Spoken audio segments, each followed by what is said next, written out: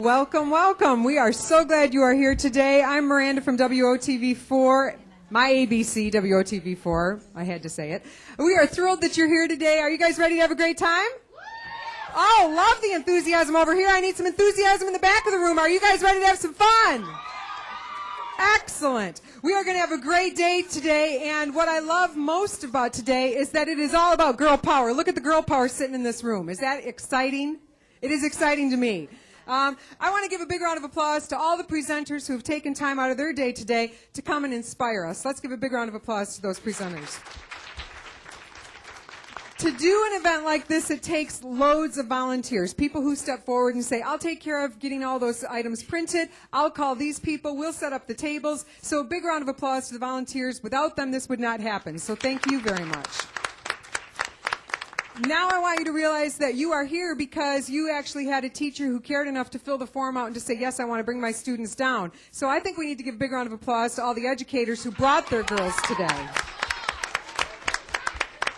And my favorite part is to give a big round of applause to the future, which is you. So let's give you a big round of applause.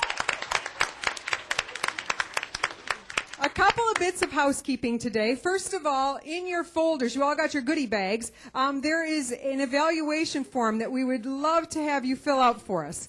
It's this lovely goldenrod color, and you can fill that out as you go through the journey today. You don't have to do it right now because we want you to fill it out based on what you've experienced. But we would love your input so we can continue to make this better and better. And I'll just talk loud. All right. So fill this out for us. We'll be collecting those when you come back to the banquet room at the end of the day for lunch. When we gather for lunch, we'll take those from you, and we'll be good to go. Some of the things listed on your career forms have been changed around due to some of our presenters having illnesses or having crisis at work that they had to take care of. We will let you know as you go into those if rooms have been changed or if presenters have been switched around. But we did want to let you know that some of the things are not exactly as they appear on the printed pieces of material. All right, to get things started today, this is one of my favorite parts of today because hopefully you will be able to meet some amazing women who have been through a journey or who are just beginning their journey on a career that they love. And the purpose of today is to help you find something that you are going to wake up every day and say, I can't wait to get to work. I feel blessed. For 20 years, I've been able to do something I totally love. I've been able to work with kids, and whether I'm doing it through the newspaper or on the radio or on TV, I'm doing something I love. And I always say to some of my closest friends, if I'm not having fun anymore, remind me it's time to leave. Because you know what? You have to have a passion for what you do. And so the thing I want you to take away today with is pursuit without passion is trivial. So if you're going for something because you want to make a lot of money, or you're going for something because you think it's what your mom wants you to do, but you're not sure about it, rethink what you're going for. Go for something that you totally love, because that's where you will find the passion. And it is not about the cash, and it is not about living in the exotic location, because all that stuff gets old, trust me. What it's about is finding something that is in your heart that says, you know what, this is why I'm doing what I'm doing, because I feel good about it every single day. So pursuit without passion is trivial. We have before us 4 women who have a passion for what they do, and they have pursued it heavily. And they're going to talk to us a little bit about their pursuit and about their passion and what keeps them going every single day. We're going to kick things off with Sue Pete. Am I saying that correct? Peel. Sue Peel. Very good. Sue Peel is doing one of those jobs that every girl at about between the ages of 9 and 11 dreams of. How many of you have thought someday, wouldn't it be cool to own a big horse ranch? Uh-huh. I have a 13-year-old daughter who still dreams that, and you ask her what she wants to do, and she wants to go into equestrian management. Well, Sue is actually living the dream of running a big ranch and being in charge of a lot of horses, and that's pretty exciting. Tell us about your job. Did these work? They work. You can Okay. take it right off of here. I don't know. Here, let's go like this. Will that work? Well, I think Okay, that's fine. We have 30 horses. We raise Dutch warm bloods, hunter jumpers. This is a third career for me.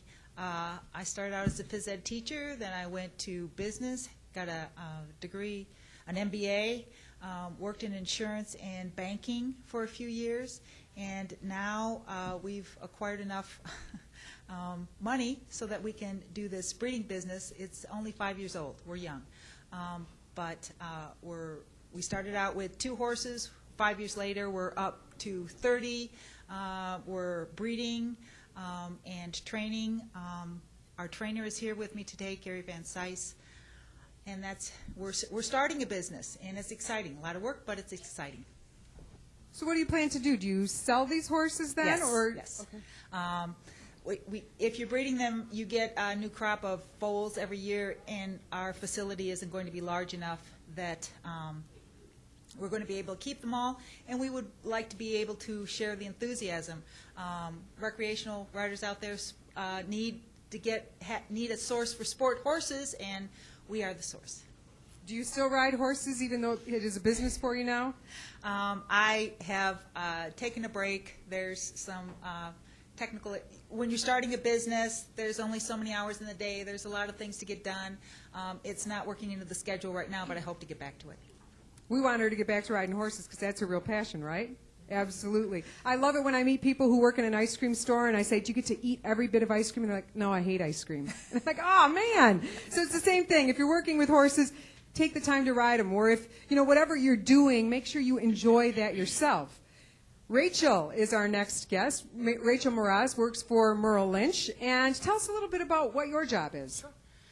I'm a financial advisor at Merrill Lynch, and on a daily basis I work primarily with individuals just to help them establish their investment goals and work towards a variety of things.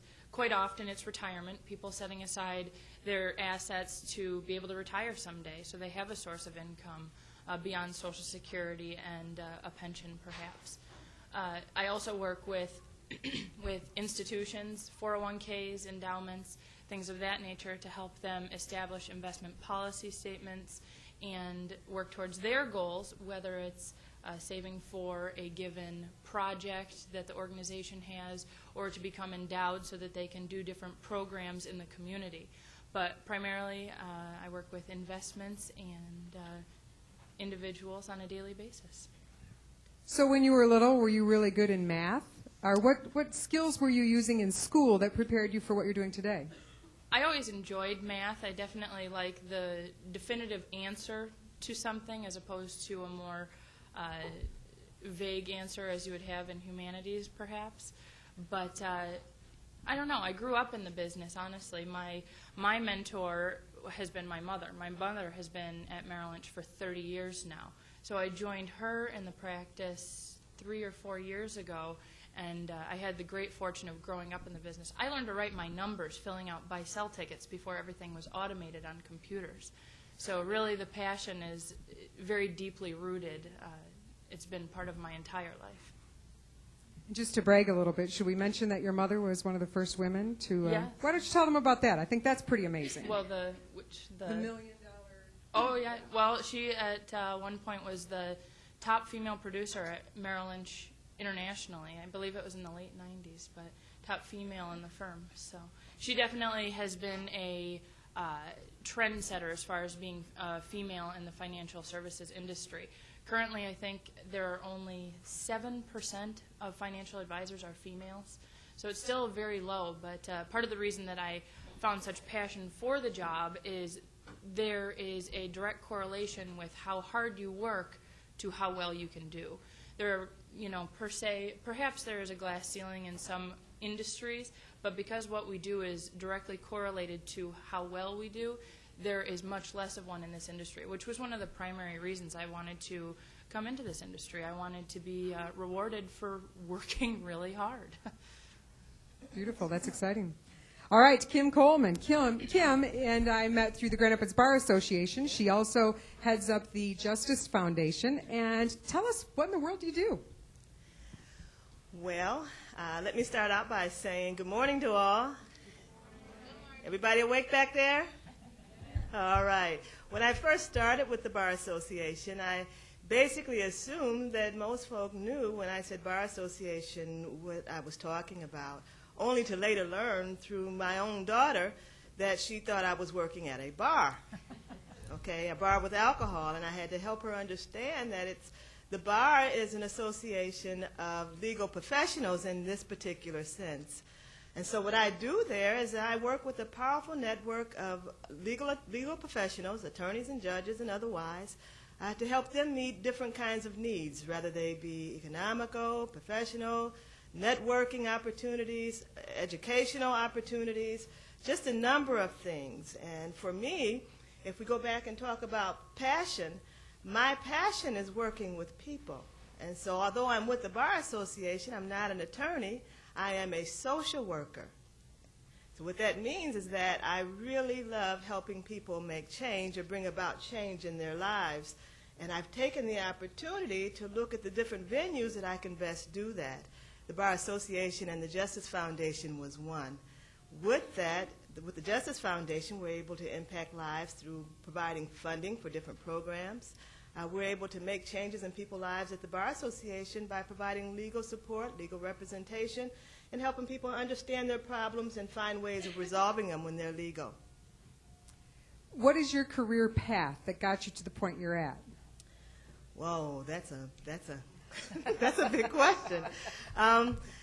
Let's put it this way. I started out really liking my middle school counselor. She was a social worker, and she would do rap sessions with the kids on certain days. And I really liked her posturing. I liked the things that she said. I liked the thoughts that she put out there. I thought, I'm going to be just like her. Well, when it was time to graduate and go away to college, I thought, I'm going to be a social worker, just like Miss Roberts. Well, my family said, nah, don't be a social worker, be a teacher. Well, that confused me. So I went away to college, and I roamed the halls, not knowing what to do with myself because I wanted to be a social worker. My family said I needed to be a teacher. My cousin told me to get into criminal justice, and instead I decided to take classes in psychology. None of it related, right? Okay, well, by my second year, I decided, forget everybody, I want to be a social worker, and that's what I'm going to do. It had nothing to do with money. It had more to do with being like Miss Roberts. So by the time it was time to graduate, and I got a chance to see Miss Roberts more, I discovered I really didn't want to be just like Miss Roberts because she really wasn't the nicest person after I really got to know her. But I still liked what she did, and so I did a dual major in social work after I got my graduate program. So what I did was I did a bachelor's in social work, and then I did my master's in social work with a double major. And my double major, one was mental health, which taught me how to help people in therapy, and the other was administration, which is what I'm doing now. And so I started out there doing direct services and realized that I loved making change and helping people through therapy, but I also discovered that there were policies that had a bigger or greater impact than providing the direct services, and that I was on the wrong end of helping people, that I would much rather be an administrator and move in a direction of policy, lobbying, and advocacy rather than treatment modality. Excellent. Thank you.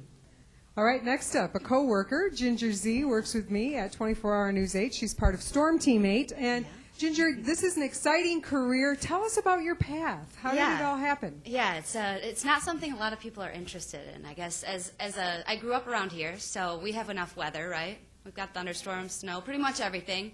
A little bit unpredictable, so it was very interesting to me. And I grew up watching Craig James. He doesn't like when I say that because now we work together. But I grew up watching and thinking, wow, I'm very interested in the weather. My father's business depended on weather. My parents lived on a hill where we were able to see different weather systems coming in. And when I was going through school, I realized I love math and science. And then eventually I had a television studio class, and I said, well, that's not so bad either. I kind of took them all together and said, what am I going to do with this? When I went to college, I went to Valparaiso University. It's a really small, on the way to Chicago, maybe you've seen it. Very tiny, private school, but they specialize in meteorology. And so I didn't study television and I didn't study journalism. I just went specifically to learn how to forecast the weather, how to learn about the atmosphere that we live in. So you could call me a weather geek. I guess that's the way to describe me best. That's the kind of meteorologist. Instead of doing the television way at first, I really wanted to get into that. So who's seen the movie Twister? Yeah? You know what I'm talking about, the storm chasers. Well, I was able to do that for a couple of years, and that was very exciting. Probably not a profession I'd stick with for a long time because it's a lot of fast food and strange people around you all the time. but it was really a great way to learn and be in the field in Texas, Oklahoma, and all those places. And that's when it really solidified to me that I love this stuff. And from there, if I can share my knowledge of what I've learned storm chasing and how to forecast with a person in a community every day, that's kind of where the TV came into it. So I started doing television and then radio and back to television, and now I've come to wood. So it's an exciting career.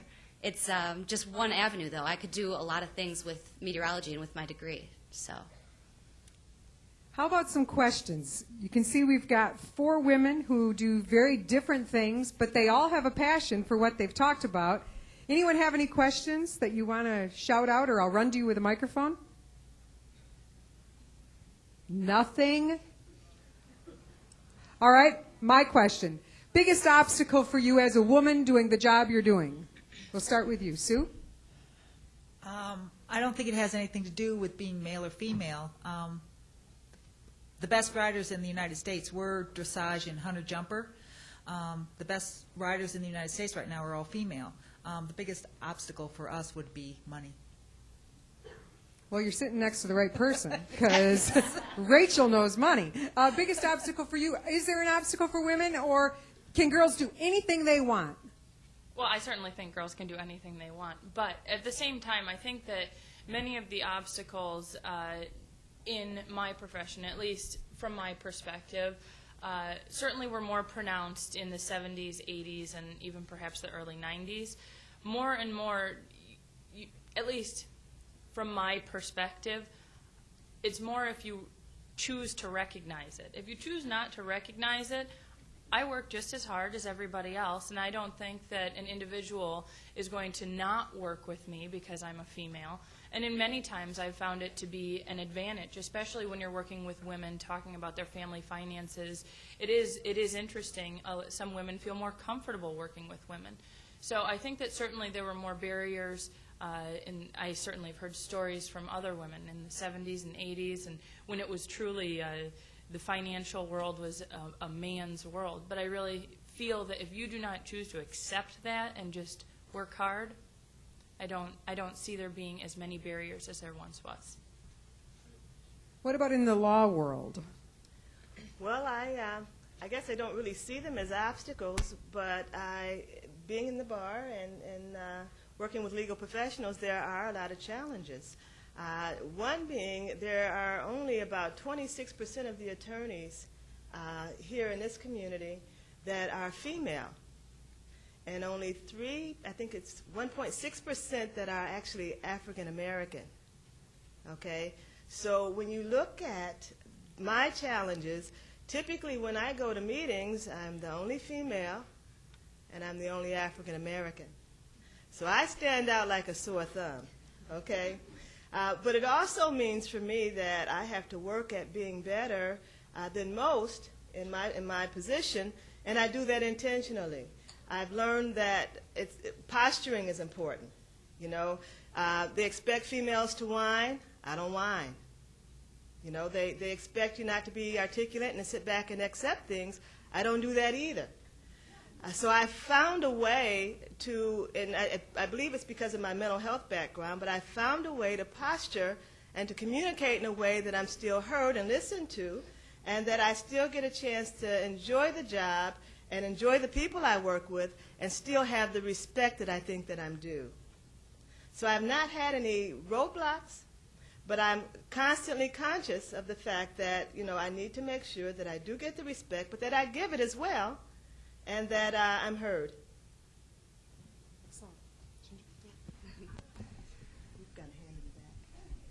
Again, I think in my profession there are both roadblocks and advantages to being female.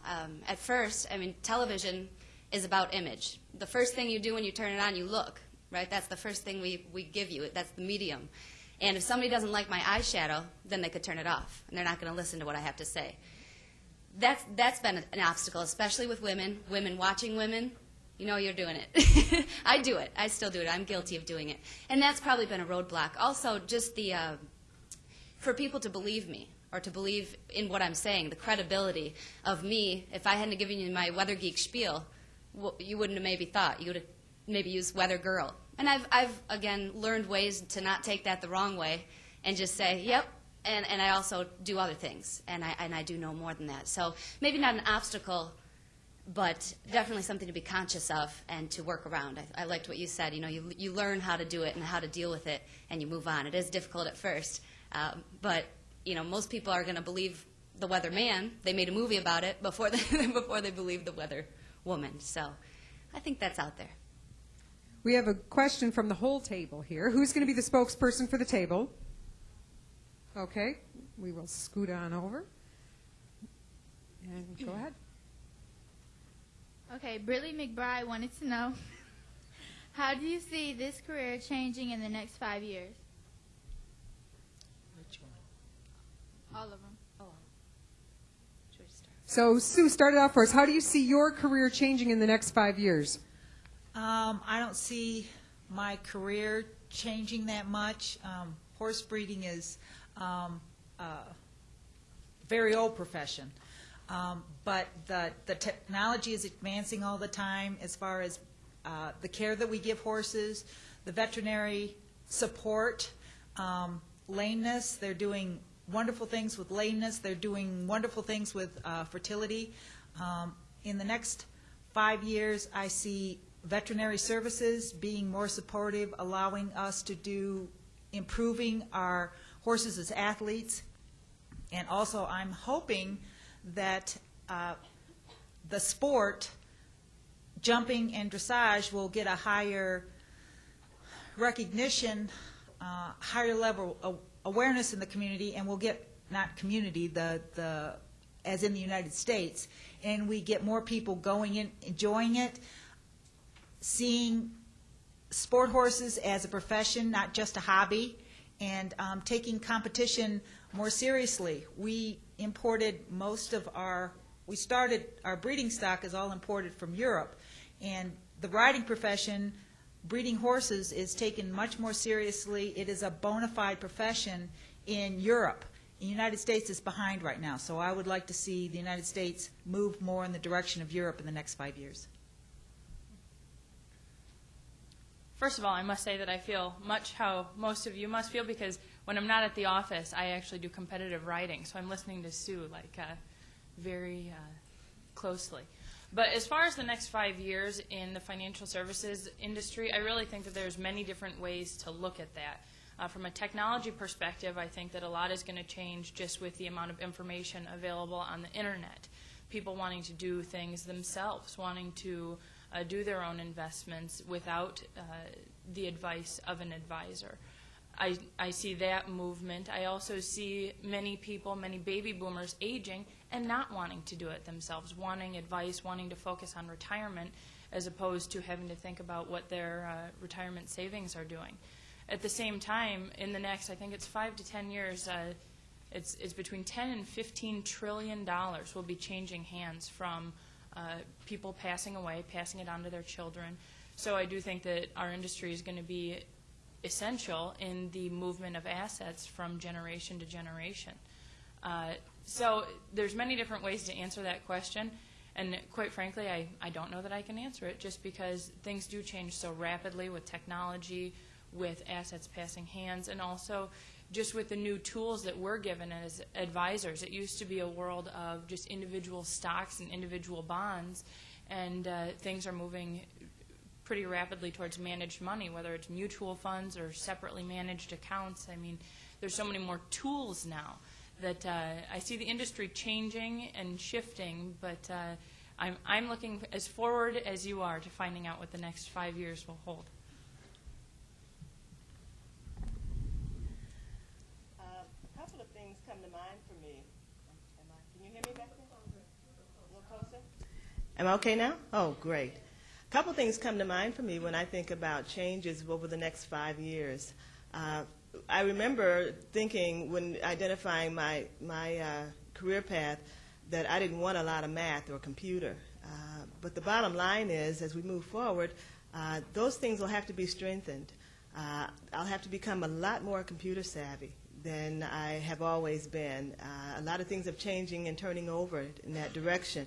And so in order for me to continue to be good, I'm going to have to stay abreast of those kinds of things. In addition to computers, lobbying and learning and understanding policies and advocating for our attorneys and other folk in the community is going to be important for me because they'll start looking more for that. And the third thing that comes to mind for me, and I'm sure many of you have heard people talk about Generation X and the baby boomers and all those other different generations that are coming out. For me, it's going to be important for me to understand that generation or the generations coming forward. As an attorney, well, I'm not an attorney, but them being attorneys and coming to the Bar Association for programs and services, I need to know and understand what kinds of programs and services to offer. And I won't be able to do that if I don't understand the different generations that are coming into the profession that are seeking membership with our organization for services and programs. And so those are the three things that come to mind for me. I'll need to understand the many generations coming out. I'll need to really get stronger in my computer skills, and I'll need to stay abreast of different policies and lobbying methods and legislators and those kinds of things in order to help impact community and the profession. I think on the side of meteorology, it's one of the youngest sciences. It's not like a biology or an astronomy that people have been studying for a long time. When people came to this country, it was actually looked at as witchcraft or looking into the crystal balls. So it wasn't really highly forecasting the weather is rather new. And so 5 years makes a very big difference with climatology or knowing the past weather, everything. As far as technology as well, the radars, the satellites, it's all going to get better. As far as news, could I get a show of hands? How many of the students watch news? You don't have to lie. Really? Well, that's pretty surprising because I think it's changing. The way that people get their information, even from a local perspective, is changing. Not that that's bad, not that that puts me out of a job because weather's always going to be around. People are always going to want to forecast, but it might come in a different way, on the internet, on your phone, on who knows what. It could come anywhere. So I think that the technology there with broadcasting news is going to change quite a bit, and the interest in how we do the news may change as well. Thank you. All right, we're going to wrap things up with one final question. This is going to make you all have to think up there, so get ready for it. How do you feel about women being in power, and what advice can you give to us that we can make a difference and make it so that there is more women in power? So it's kind of twofold, but we want to keep it to about a sentence here. How do you feel about women in power, and what advice would you give these young women who will all be taking your job someday? I think Kim made an excellent observation with the sexual barriers. I think are falling. It's more about how good you are in your field. If you're passionate about your field, if you're serious about your field, if you do your homework, if you can develop all of the correct skills, sex isn't going to be an issue. It's going to be how well you develop yourself individually to do the job you've chosen.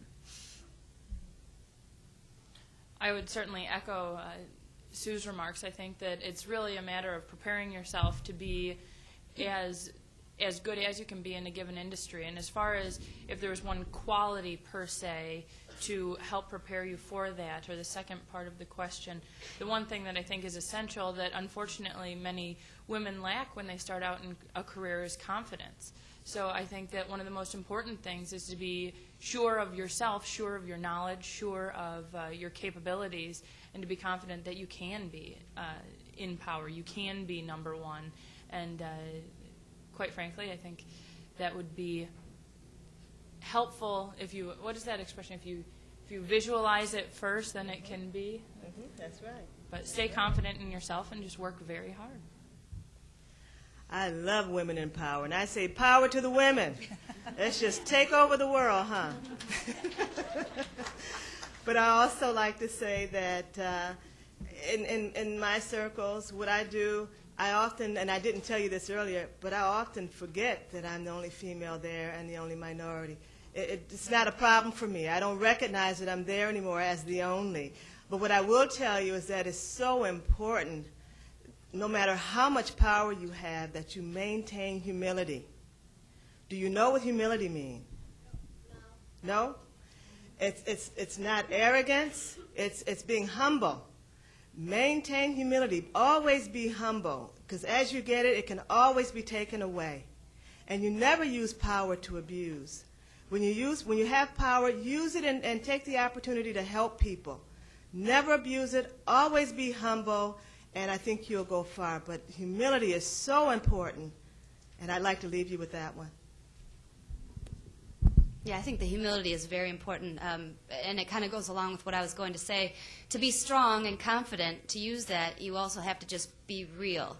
And maybe a quiet determination is the best way to go about it. You don't have to stand up, and I've learned this, just like I was saying. You don't have to defend yourself anymore. There's no need for that. Now it's just go along with it, because if you say, if you put something in there in someone's mind, then they've got an idea that before they may have never even thought about. So just to believe in yourself is most important.